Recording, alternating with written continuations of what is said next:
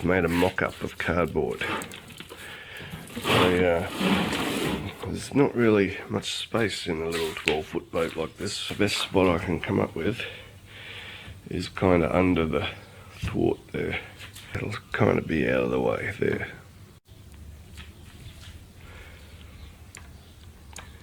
So we've got a sheet of 600 by 1200 red oak plywood, which is quite a nice looking plywood, that one. And this 0.6 vermil aluminium plate to use as heat proofing around where the stove will go.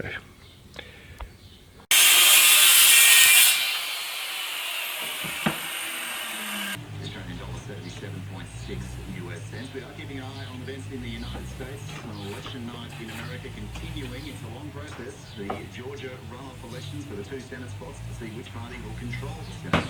Directives with the not breathing.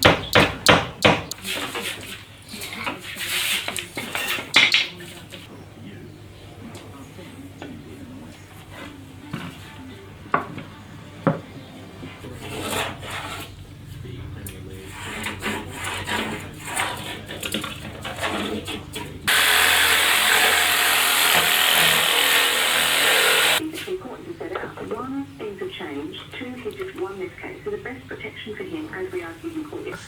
The same thing was true of the press corps. Some were, you know, everybody probably feels a little bit panicked in that situation when you have people back down on the changes.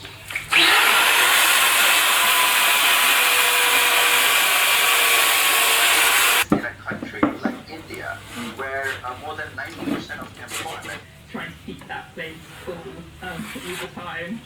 Well, fortunately,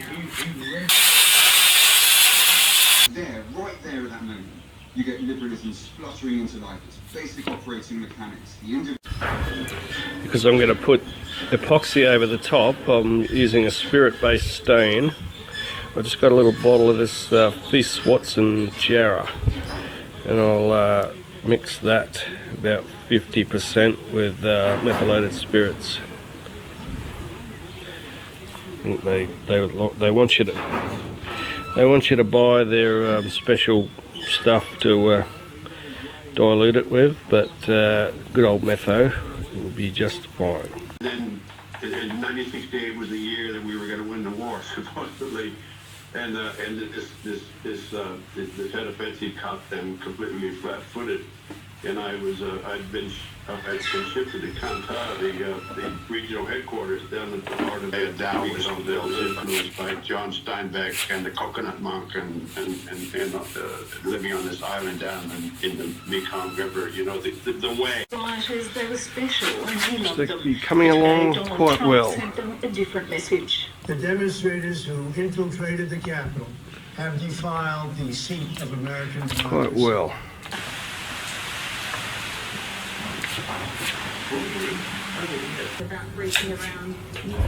Yeah, so I'm going to put two coats of epoxy on my box now.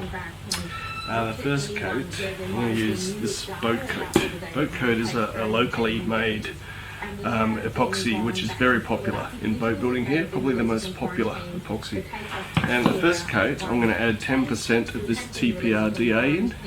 What that does is it lowers the viscosity of the epoxy, so it soaks into the timber more, because what I'm trying to achieve here is to make the box waterproof, well, splash proof and rain proof. And I'm just using the cheap throwaway brushes, so I wrapped a bit of masking tape around the brush. It helps stop the bristles from coming out and ending up in your job.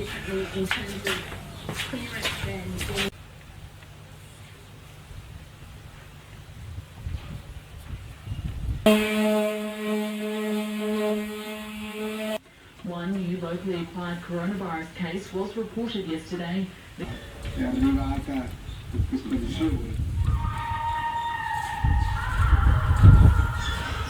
And there's a taste of the music for The Good, the Bad and the Ugly, perhaps his most famous score for Sergio Leone. On today's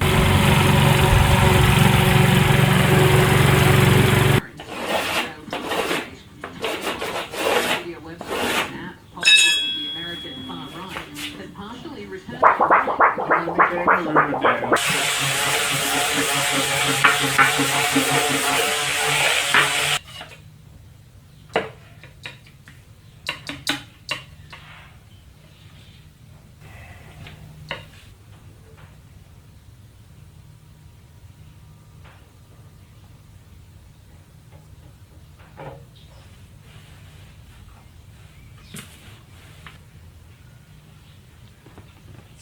Aquacoat polyurethane top coat. It's going over the top of that epoxy, protects it from the UV because it's not UV stable epoxy, isn't it? It'll get damaged over time, so you need something over it. So I could put varnish, but I'm going to put this stuff here, which is what I've got over my dinghy. I've got a whole video on that if you want to have a look. But it's like, obviously you don't have to go and, you don't have to go every couple of years and put new varnish on when you put this on, because it's like a paint, a clear paint. So we're going to put that over the top.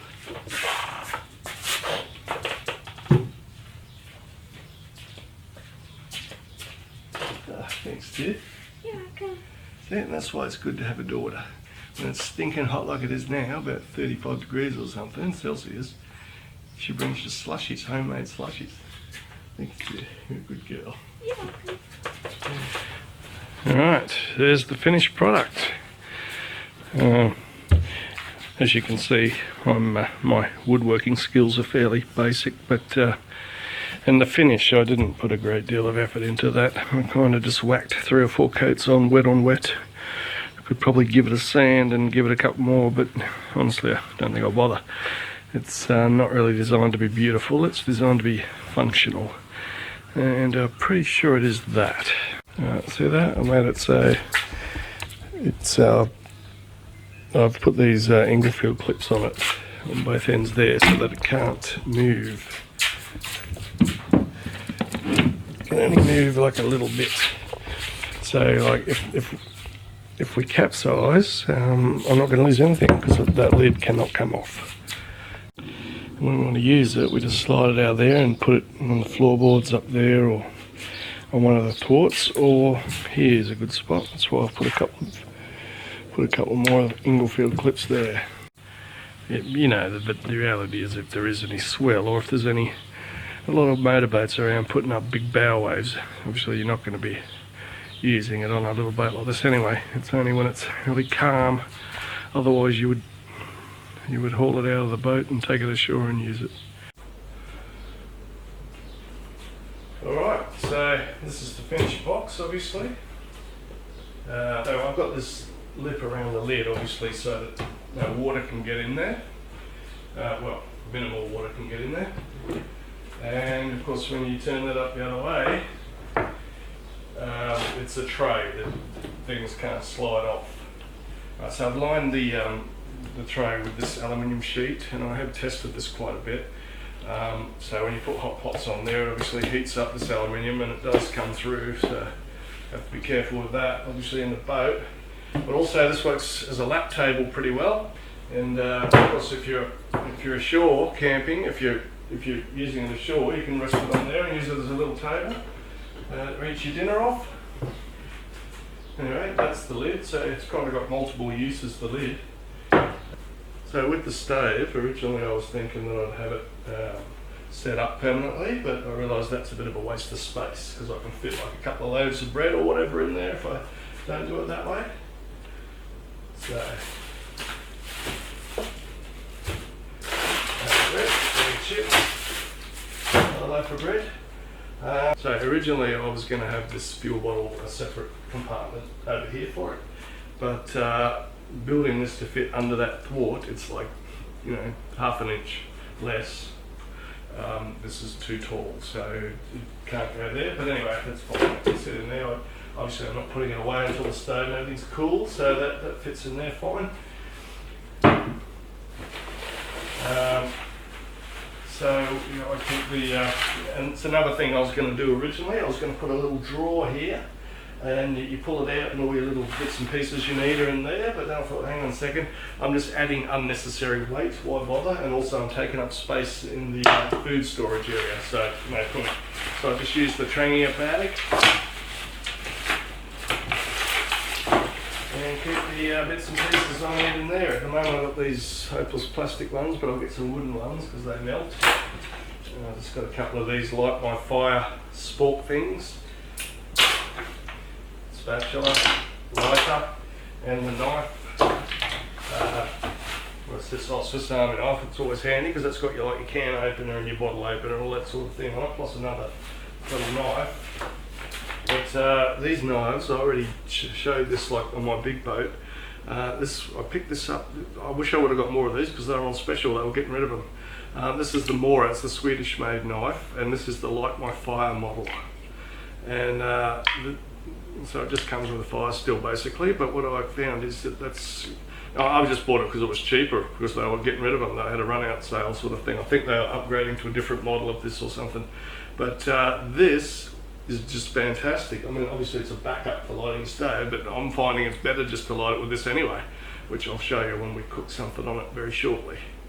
But yeah, fantastic little one. Amazing knife. They just really are a brilliant knife. Get yourself one of those for your boat. Mora, made in Sweden. They know how to make knives. In Sweden, that's for sure.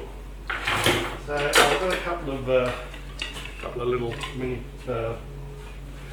little plates in there, and there's the stove, obviously. I mean, yeah, it's a bit more fiddly. You've got to set it up before you use it, but at the end of the day, when you've pulled up an anchor somewhere, you've usually got plenty of time to take your time and mess around, so it doesn't really matter. Okay, and so what I did, I see a lot of guys that do these, they have them a bit higher, but mine's got to fit under the thwart, so I couldn't have it very high. They have like usually a space underneath where the stove is. I don't have room for that, but I've actually tested it and virtually no heat gets through. The bottom doesn't fit. I mean, you can see I've put this sort of, like you can see I put the aluminium sheet in there as a bit of heat deflection, but none of the sides really heat up at all. A tiny bit warm. But what I did for a bit of a safety margin is I put these wooden things in here, and so it just lifts it up a little bit. I've put these little lugs on here to lock it in position so it can't topple over if it's moving around out there. So that just slides in there like that, and you turn this lug like that, and it's locked in. There's one on each side, but it only needs one, so it's fine. Anyway, yep, so you can cook on there, it's fine. You'll see in a minute because we'll cook something. And initially I was going to have this door hinging around this way, but I thought, hang on, there's a space that I'm wasting that could be useful. So we'll make that a little place to put your hot pans and pots and whatever, your kettle. And I made it so it fits the Trangia fry pan, obviously. This compartment is the food locker, and I wanted to cover that so that, because when you fry stuff you get splatter obviously, so I don't want all the splatter going into the food compartment, so I wanted to cover that. So that's another, the first thing we got here is a couple of plates. They're just plastic plates out of a picnic set, an old picnic set I found in the cupboard, so I just kind of cut them to fit in there. And then, so this is a chopping board I've got here. So this becomes a workspace, obviously. You want to be preparing your food here, that's your little workspace. And I cut out another piece of ply, and I was going to put this metal stuff on it and have that on top there, so it's another space to put pots. But I thought, once again, I'm getting a bit too excited here, just adding unnecessary weight and things I don't need to. There's plenty of space there to put pots and things. So that's your chopping board. I'll show you how much food I've got in here.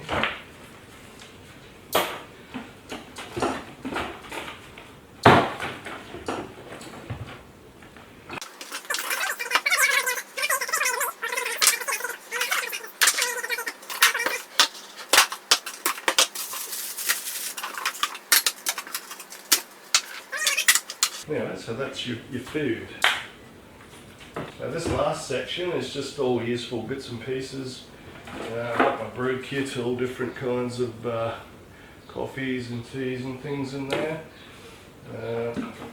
Paper towel. Got a little block of soap there. Salt and pepper. And a bottle of olive oil for frying and all that. And got 2 cups, so pretty much like there's 2 of everything on here, like 2 forks, 2 plates, 2 cups. It's just a toothbrush and a few tissues and things in there. I've got a peg, I don't know how that got in there because I didn't put it in there, but dishwashing liquid.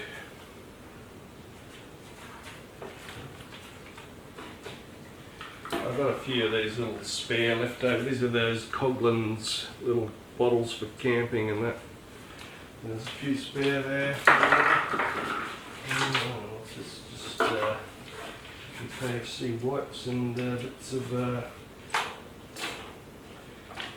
soy sauce. It would have been nice to go out in the boat and try it out, but I can't because I'm doing a few hull repairs at the moment. So then I thought, well, we might just do it in the backyard, have a little cook up in the backyard. But I went and set up my camera tripod and everything, and it's getting blown over. It's blowing out there pretty hard.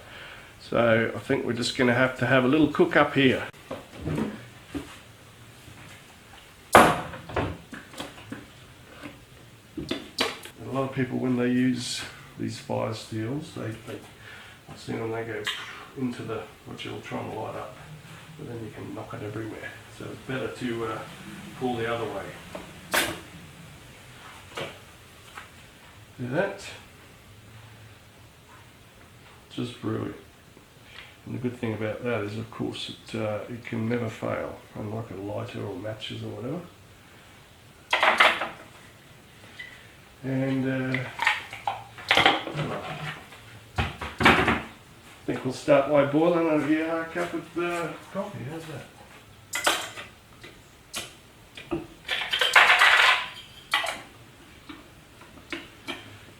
And while we're doing that, we will get the veggies ready. Fry these potatoes up so make them pretty small so it doesn't take all day. Alright, we've got a boil on, so we'll take the kettle off. And I'm going to put the simmering on, otherwise we'll end up burning things. It's a bit fiddly, this one. Probably about just that much should be good.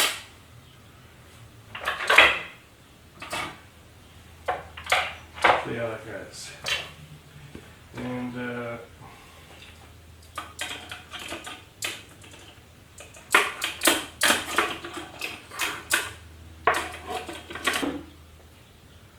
with olive oil in there.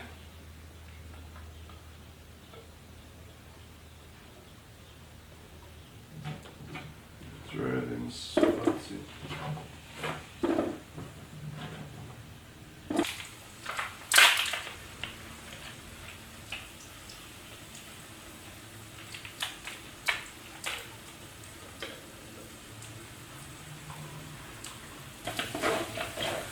Spuds are starting to look pretty good there, so I think we'll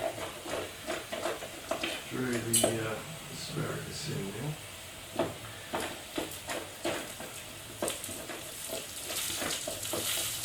Maybe put a bit more olive oil.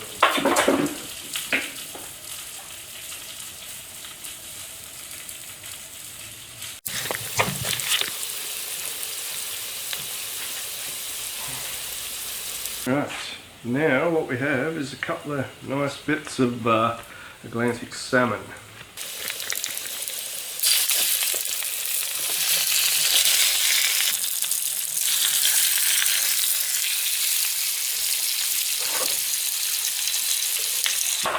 And I might just throw a bit of seasoning in there now.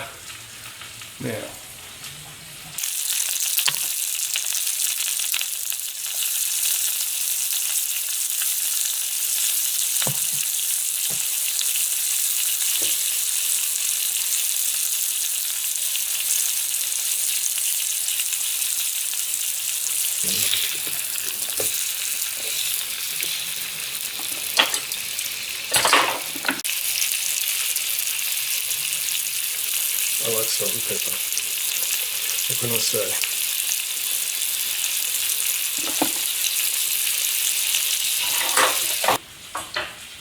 And so you can see, like, I've made a cup of coffee and I've cooked a meal here, and I still haven't run out, and I didn't fill that spirit burner up either. So, you know, probably was about half to 3/4 maybe I put in there. and a bit of water, and it's still going strong. So works very well. So yeah, I'm going to make a white sauce. So we'll put that over there for a second. That there. One of these pots. We'll throw in a knob of butter. Like that. Oh, it's going to be fattening. There we go. And about the same amount of flour.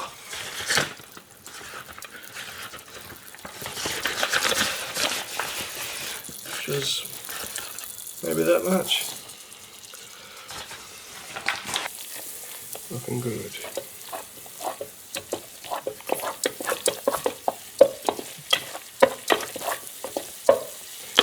And of course, we need salt and pepper in there too. A little bit of milk.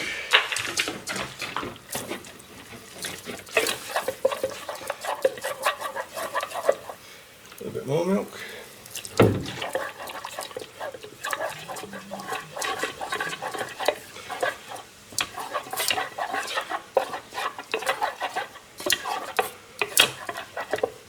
And a little bit more milk. And that's probably enough. But that was just a bit of cracked pepper in there as well. Oh, a bit of cheese in.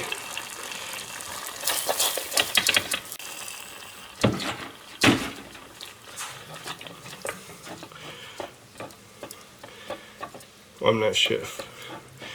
I just throw things in and most of the time it works out. And it's very rich and very fattening with all that butter in there.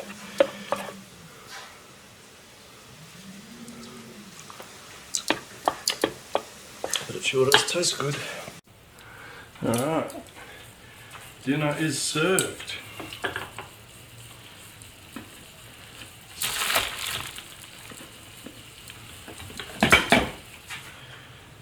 Just put this out.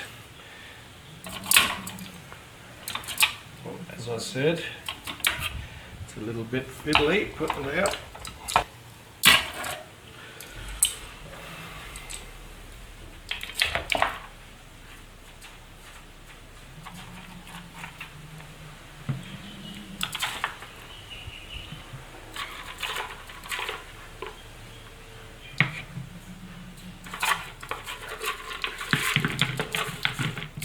So I don't know about you, but if I got served this in the boat, if I got served this on a 12-foot dinghy, I'd be pretty happy.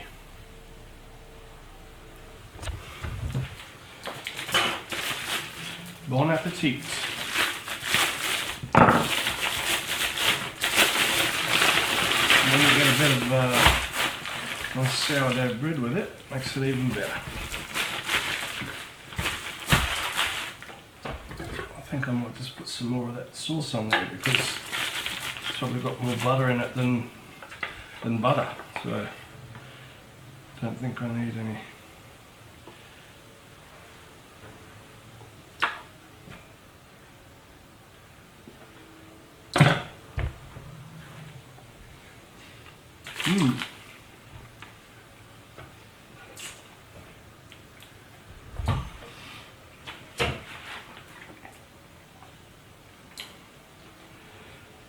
See what the salmon's like.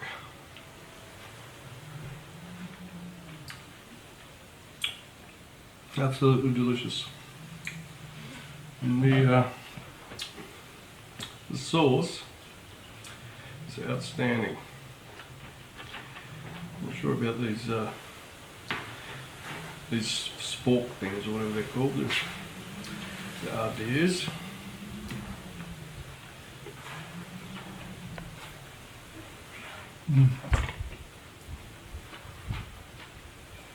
Well, that's good. The potatoes are all crispy.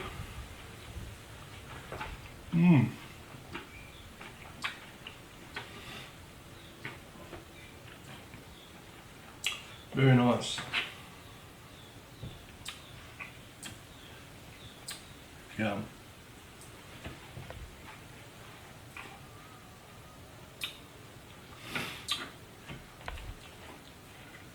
Well, I think the box is a great success. What do you reckon? Unfortunately, we didn't get to try it out on the boat, but once I get a few repairs done, I'm planning on taking the dinghy out. Actually, want to go camping with the dinghy soon, so this will be fantastic then. Anyway, if you made it this far, thanks for watching, and hopefully I'll see you on the next one. See you later. I'm not totally sure about those things though. I can barely fit either end in my mouth, and I've got a big meal.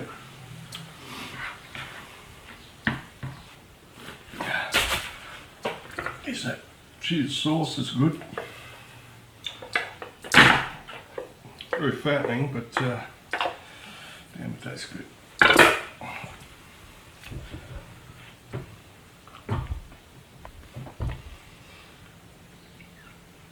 Hmm.